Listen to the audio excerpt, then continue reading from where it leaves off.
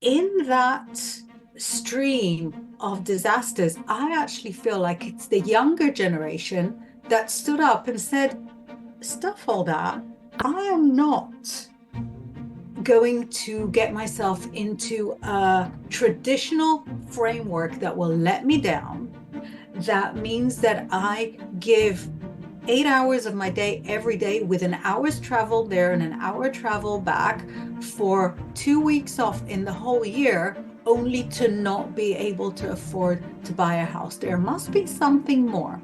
And when you search around to see whether there is something more, then you break that traditional framework. And once you've broken out of the traditional framework, the world's your oyster. You can pick anything, you can go anywhere, you can be anybody. Inbal, it is so wonderful to have you back after over 2 years. I've been following your journey since, of course, because I believe we're friends. But it's been so amazing to see just how much you have grown these last 2 years or so. But I would love for you to tell us, what have you been up to the last 2 years? Thank you so much. I've had an incredible 2 years, although, I kind of say all my days are incredible. My husband comes back from work and he's like, how was your day? And I say, oh, all my days are great. So I feel like, all my years are incredible. I'm a very optimistic person. I get excited over the small things and the big things. But over the last 2 years, there's just been such an immense amount of growth, I feel, globally in the acceptance of what I do and what I stand for. So that if maybe the first 20 years of my career, I was sort of going head first into having to prove that what I do is real and that I'm really committed to it and that it really works and that it's historically sound and that it doesn't clash with any other spirituality. Over the past 2 years, more than 2 years since we spoke, everything has been so aligned because I feel like there has been a widespread acceptance. First of all, a widespread acceptance of acceptance.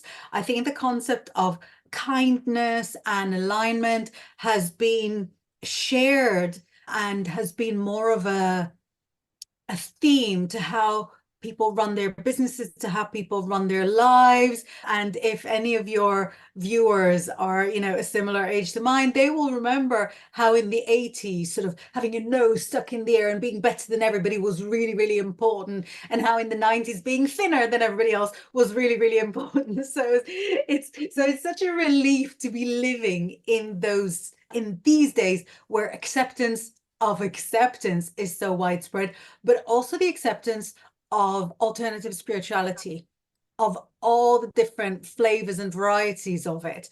So I've had the most incredible couple of years. I've met clients the world over. I've leaned into my readings and I've worked really, really hard at finally filming some video courses, which was such a hardship for me. I mean, you'd know Yeah. because you know how long it takes me to just set up a laptop and sit in front of it because you interviewed me twice.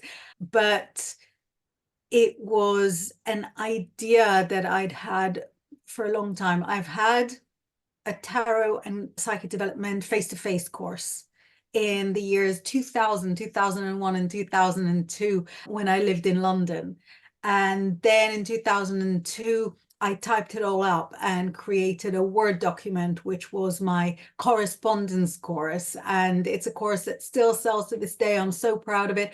But I really wanted a video course, and I'm just not that, not that technically gifted. So I worked with a lovely coach that specializes in courses, and she sort of took me by the hand and I filmed some mini courses, but it was so important for me to film my big tarot course, and that will launch so soon because I have spent 2 years, count them, filming a lesson at a time. So I filmed two tarot courses, not consecutively, in tandem.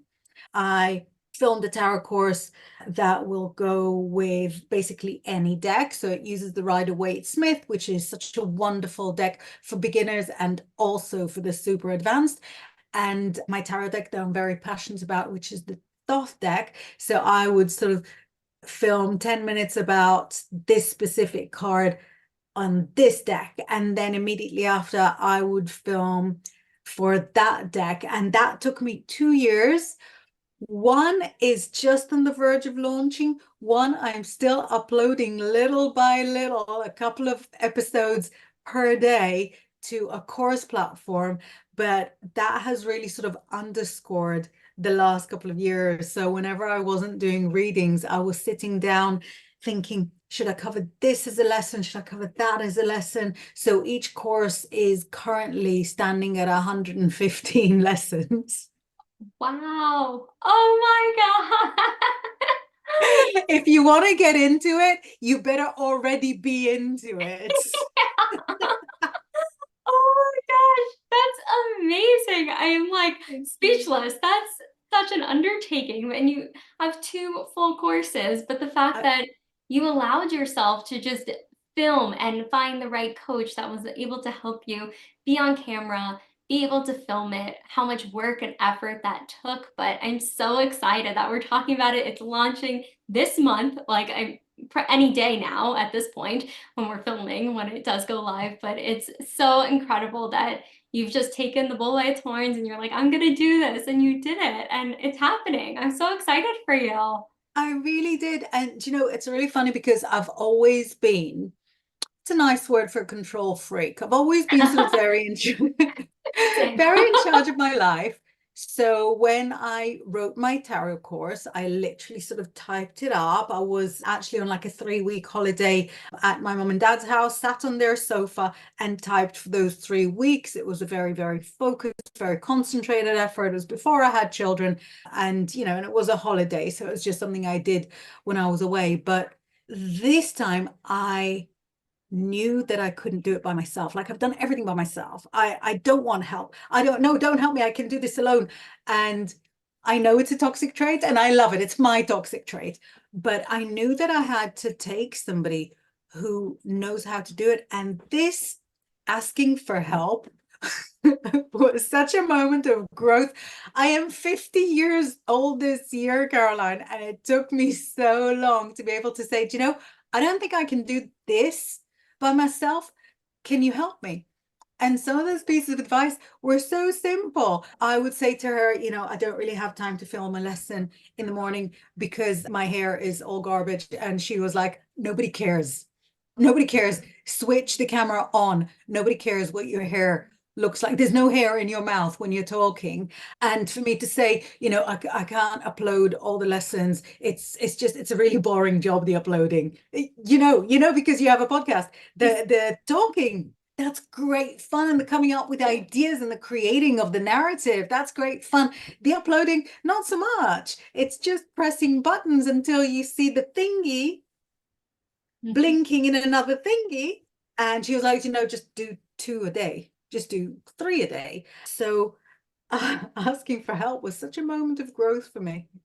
Oh, I love that you brought that up because I think it's something that's so valuable and it's so hard, especially if you're similar to us, where you might be a control freak, type A, wanting to do things alone, realizing that when we're able to lean on people that can help us, we can get so much further and we're not carrying all that weight ourselves. And I'm so glad you did ask for help. I've recently gone through that journey at the beginning of this year of just like asking for help, hiring more people. So it's not just me doing everything on the back end of everything I Oh, do, but to your point. oh, I love that so much because you know that because a big part of your job is helping. Big part of my job as a tarot reader is helping. When anyone comes to me for help, I am thrilled. I'm elated because I think, oh, yes, you don't have to carry it all by yourself. I can help. I can help. I love helping, or I wouldn't be doing it. And so when you lean on other people, they are equally excited that they have the opportunity to step forward and help. Yes, it's so important. It's a toxic trait of mine too, but I think it's important to realize that people want to be in your corner. They want to help you, whether it's a family, friend, business partner, business situation. But when we're able to give that control up a little bit, sometimes they do it better than we can, or they see things that we can't see because we all have blind spots. But I love that you really leaned into that. And now it's just showing how far you've come and just being able to, the last 2 years, film it and now upload it. And now it's going live. And where can people get it? So I'm just curious where we'll link it below, but where people can find it. So people can get it. I'm in the one way very easy to find online, but in another way I also have lots of imposters. So make sure you're talking to me, make sure you're using the links straight from the podcast. But I've got it on my Linktree. My Linktree is linked to my Instagram. So if you're seeing an Instagram with my face and my Linktree is not connected to it, it's probably not me.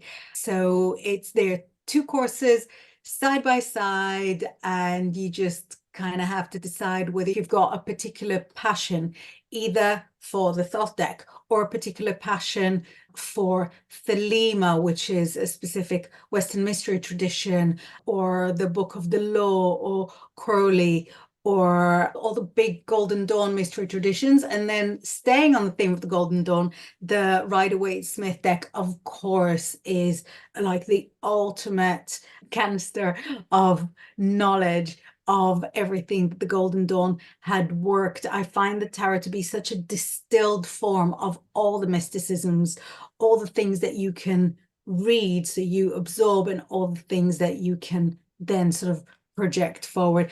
But if you get me talking about the tarot, that'll be 3 weeks of your life. Well, I'm here for it. But I want to go back to what you said earlier about how there's been a huge shift of acceptance in our world. And I've seen it a lot, even these last 2 years in particular, more people stepping into their purpose, stepping into their spirituality, being more open and accepting of different things and different modalities, and just really leaning into that. I'm assuming, but I also want your take on it, how you've seen that shift with just more people stepping into their powers, their healing aspects as well. But have you seen that shift? Today's episode is sponsored by the Start Here conference. Hey there, fabulous folks. Welcome to the Start Here conference, where the fun begins and success stories unfold. Yep, you heard it right. We're here to kickstart your journey with a big dose of energy and a sprinkle of magic. Picture this, a place where inspiration flows, connections bloom, and dreams take flight. At Start Here, we're all about keeping it real and having a blast while doing it. No stuffy suits or boring speeches here, just good vibes and endless possibilities. So whether you're a seasoned entrepreneur or just dipping your toes in the water, there's something here for everyone. From incredible breakout sessions to a dance party that'll have you jumping out your seats and showing us your best moves, this event will have it all. And hey, did we mention the food? Delicious bites and refreshing drinks to keep you fueled up and ready to conquer the world. So what are you waiting for? Grab your ticket, bring your sparkle, let's make some magic happen at the Start Here conference. And now back to the show. I've seen that shift in such a massive way.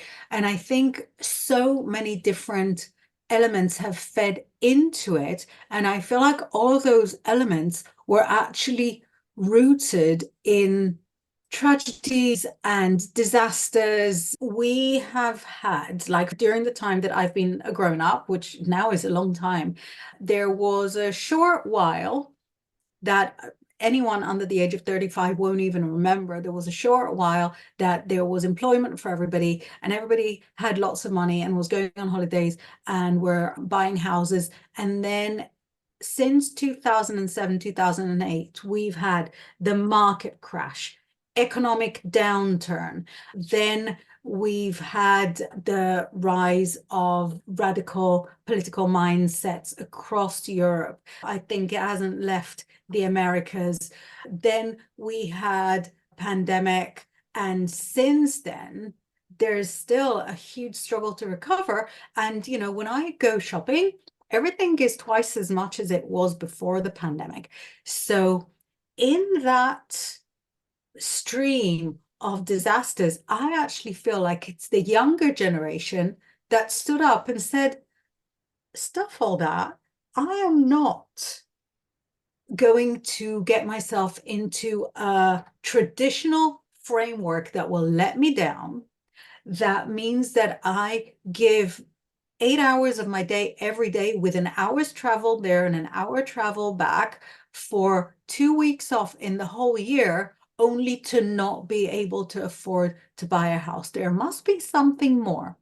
And when you search around to see whether there is something more, then you break that traditional framework. And once you've broken out of the traditional framework, the world's your oyster. You can pick anything, you can go anywhere, you can be anybody. And on the one hand, everything became more fluid. So I feel that people started demanding what they deserve for the work that they put out. And people started demanding that they be addressed with the pronouns that suit them. And that to me is part of the change. And in all that fluidity and people stepping out of the traditional framework, we were ready. We were ready because we knew that something's going to have to give, because that traditional framework only prioritized certain types of people. Perhaps if you were born wealthy, it was a little easier, not necessarily easy because everyone's got their struggles. And perhaps if you were born in a Western country, it was a little bit easier, not necessarily easy because everyone's got their struggles. But the traditional framework favored specific people, specific types of people. Whereas when you go right back to the drawing board and restart how you view the world, how you view society, and then you think, wait, maybe, yeah. And then you're able to hear messages from the universe a lot more clearly because you don't have ordinariness cluttering you. And then maybe you can have ideas about what you can do, where you can go, who you want to be, what you want to do for a career. And what I see now is so many more lady entrepreneurs. What I see now are so many more people who came from the fringes, who celebrate their differences, who celebrate everything about who they are. And when each individual allows for that culture of acceptance to permeate, then we have a society that allows a culture of acceptance to become the norm. Now, like I said, I'm a big optimist. I'm a big optimist. I really think this is it. This is the direction we're going, but we all have to keep pushing because I don't think the traditional mindset is gonna give up so easy. No, definitely not.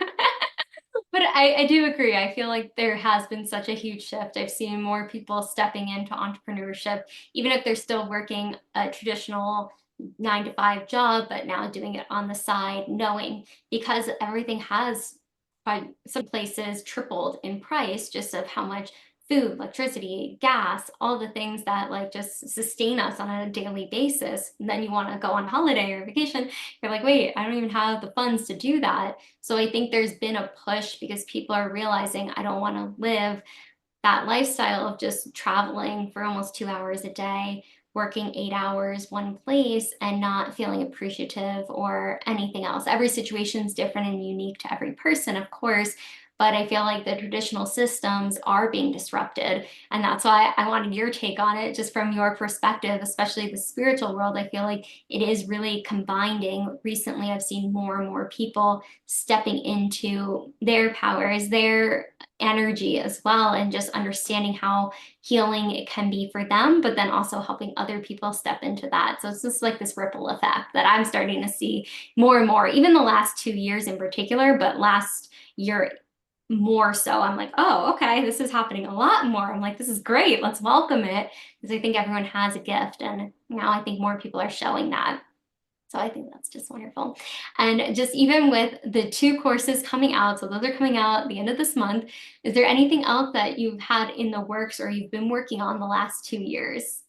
I do. So about a year and a half ago, I thought I really, really want to be able to share the witchy side of things.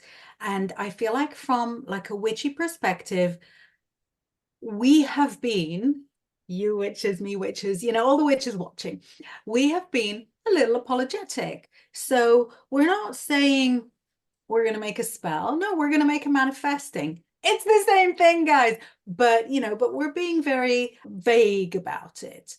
And I thought maybe it's time to, to share in the magic. And I really, really wanted to create essential oil blends that have their aromatherapy properties. Of course, nothing can remove the aromatherapy properties, but are combined specifically to encourage magical outcome. And so I rang my friend Amanda, who is such a queen, and I've known her more than 20 years. I used to work for her. She used to do pamper parties. That's like 20, oh my goodness, when did we get this old? That was 24 years ago, 25 years ago. She was in the press really, really a lot. The pamper party was such a new thing. I believe she invented it, but if we know people that have been doing it longer, that's also cool. And Amanda is an aromatherapist and a cosmetologist. And I said to her, do you want to do this with me? Because I know me. I know me. I won't just do it. I know what works with what, but I need somebody with that flair. I need somebody with that ability to just go, yeah, we're going to put one fewer drops of this and one more drop of that, and then it'll smell incredible. And this is my love oil, which is the very first physical product I ever had. It's called Inbaal's Apothecary, even though it's also Amanda's, but she didn't want her name on it. And this is the Love Magical Oil, and it's our first, and it's only been soft launched in the last few days. It is available, and I'm so excited about it. I also use it all the time. I love it. I'm so curious because I think it's amazing that you've created your first official product, because I saw the post a few days ago. I was like, oh my gosh. But what inspired you to create it yourself versus like partnering with something else? Or I know you partnered with Amanda, but what inspired you to take the leap? I really wanted it the way I wanted it. Do you remember how in the beginning I said that I was a control freak? I wasn't kidding. I'm an alpha female, you're an alpha female, we recognize each other. And I thought, if somebody's going to do it, let me do it, because I have so much experience at doing magic. I love a candle magic, me. I have been involved in magic and witchcraft. Again, the apologetic tone, I don't even know why, since the late 90s, I want to say. Yeah. Wow. Mid 90s. Goodness me. And so I have done a lot of spells. I have blended a lot of oils. I have anointed many candles, and I know what works. And almost anybody else has just not been doing it as long or not has had as much experience. So it was important for me that whoever buys it from somebody who's made all the mistakes by herself, who tried it all by herself. This is a love oil. You use it for love magic. Now, if you're a witch and you're telling me that the first spell you did was not a love spell, you're a liar. The first spell is a love spell. That's like standard. So my first oil is love oil. And it was important for me to include all the friendliness that's so important for love, because picking somebody by their height and eye color is just so passe, and also doesn't speak to, the longevity of a relationship. So this speaks to the friendliness, to the warmth, to the passion that you would have with somebody, to laughing with each other. And this is something that I know I blessed myself. So every bottle that we have over there is a bottle that I blessed myself.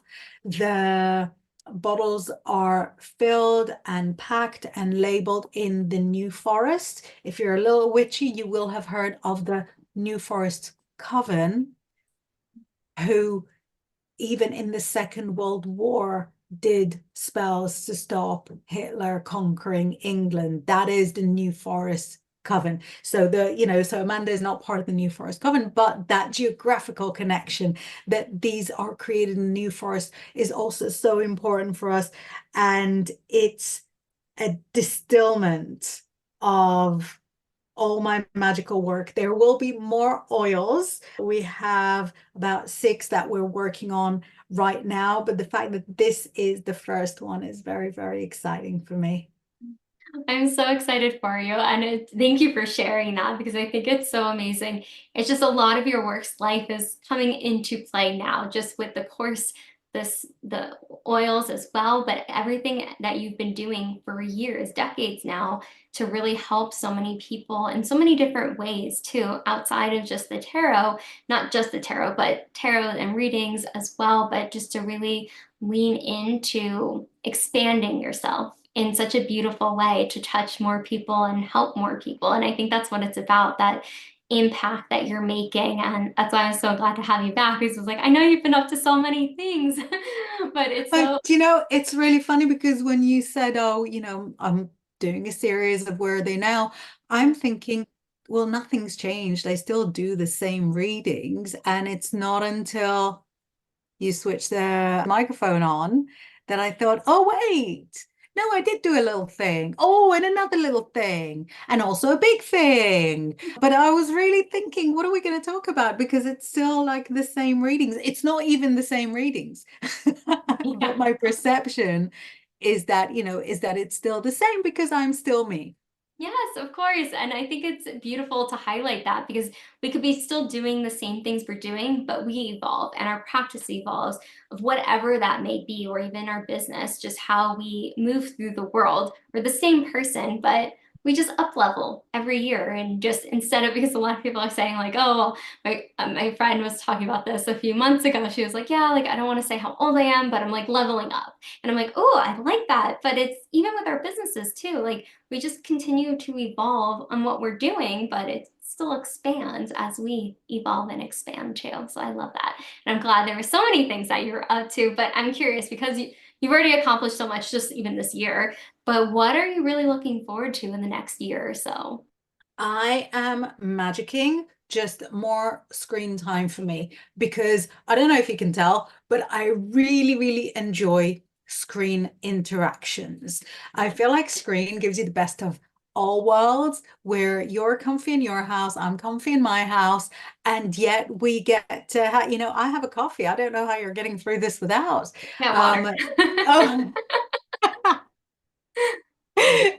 that huge water is making you look so tiny.